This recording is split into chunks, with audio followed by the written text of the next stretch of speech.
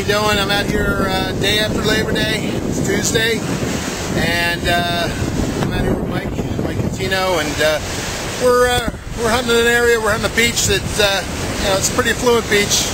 We get a lot of quality jewelry off this beach. Maybe not the numbers of Langston, but we do get quality. I got down a lower area now. What's happened? The beach is starting to fill in a little bit.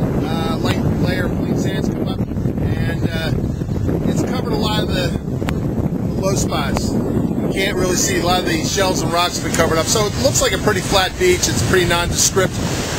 So what we're doing is, knowing that there's a lot of fresh drops out here, we're just walking a W pattern north to south along the beach. When I find something heavy, I'll try and do my spiral pattern around it, and this one paid off. I got into an area, dug a quarter. Let me show you what I found here. This is the spiral pattern right there in the center. I dug a quarter. Excuse me. I spiraled out from it. Got a quarter, a nickel, a dime, toy car, but not great finds. But the important thing is that they're all heavy targets. So things of like density stay in the same area. So those heavy targets, maybe there's a nice heavy gold ring in between them. So I'm just gonna keep working it, listen for those real deep signals, and we'll see what happens. Okay, it looks like Mike's into a few coins. He's got 1, 2, 3, 4 holes in that section. So we're picking them here and there. A lot of tide's gone out since we started, so it's a pretty good area of wet sand, damp sand. With that storm, there's a lot of patches. There's patches of coins, so it's not surprising that he found those 4 or 5 signals close together. Probably coins, but you never know. I guess we'll see what he's doing when he gets back here.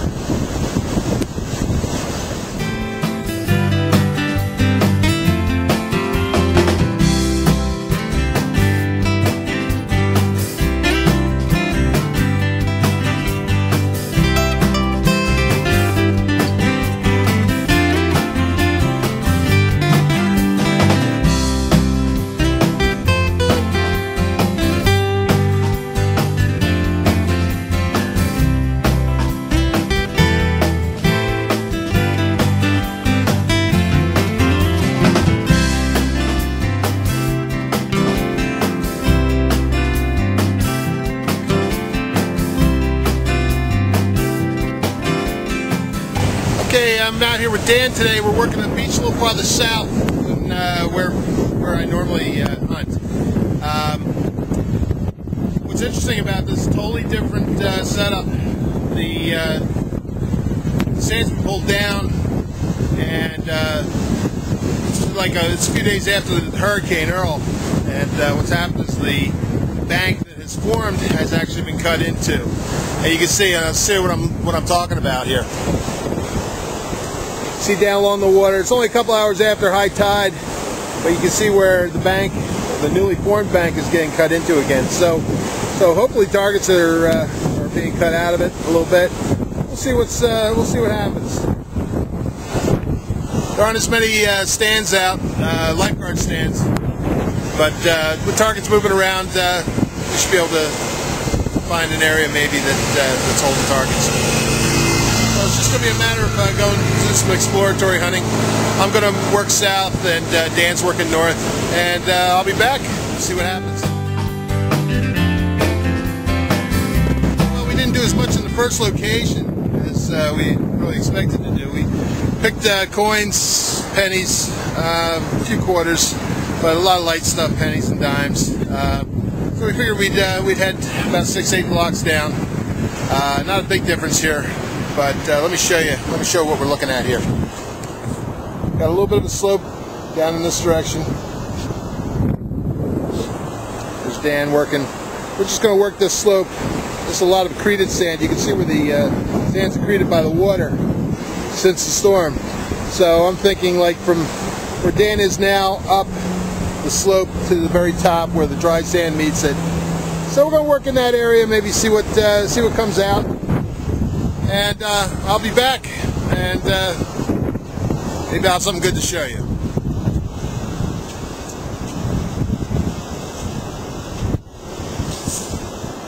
Just to give you an idea, we're like I said, we're working the upper slope, and I'm just working in between.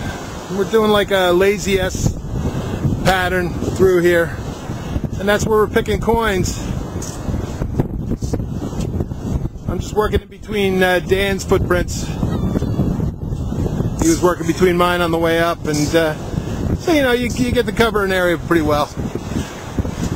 We're heading back in the direction which we came, so you're going to see we have dig marks along the way, and that serves as a road sign pretty much to show where we're digging most of the stuff.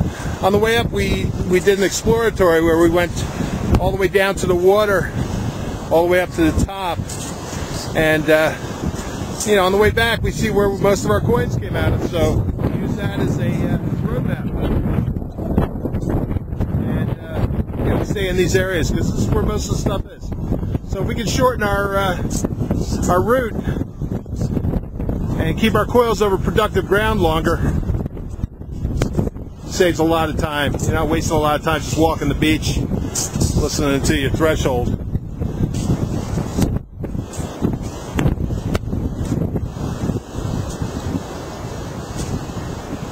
Dan's using a Sovereign GT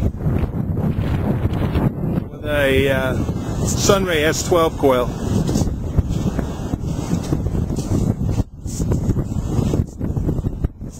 And here I got a nice signal right here.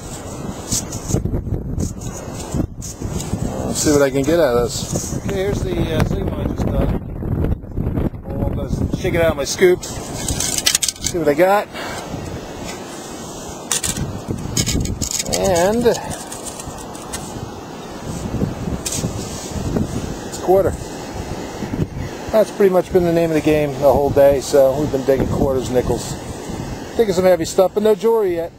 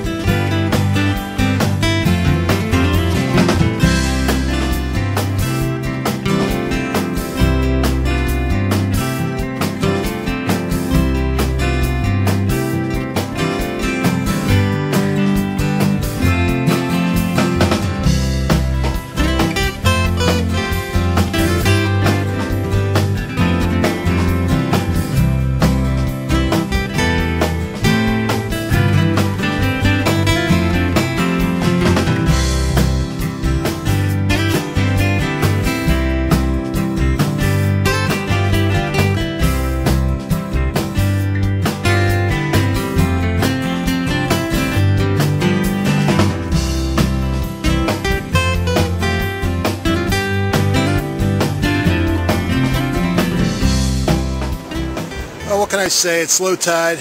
It's late in the evening. It's early Thursday morning, and you know, sometimes you got to get out here when the tide's right and the pickings are good.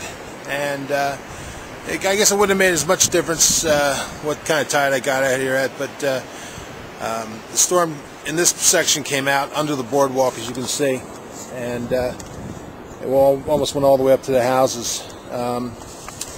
What I am, I'm right down here in the right below the boardwalk, and a good 1.5 foot of sand's been taken away. what I've been doing is I've been going along until I dig a heavy coin, and then I do a spiral pattern around it, and that's how I've been finding the patches of coins. So the coins, it's not consistent all the way down. You have to find the patches, and this one worked out pretty well. I got about 8 coins out of this little patch in here. Hopefully you can see that. But there's a coin patch spiraled out around it, and beautiful thing about this beach, a lot of heavy targets, quarters, mostly quarters. I got a couple $half dollars so far.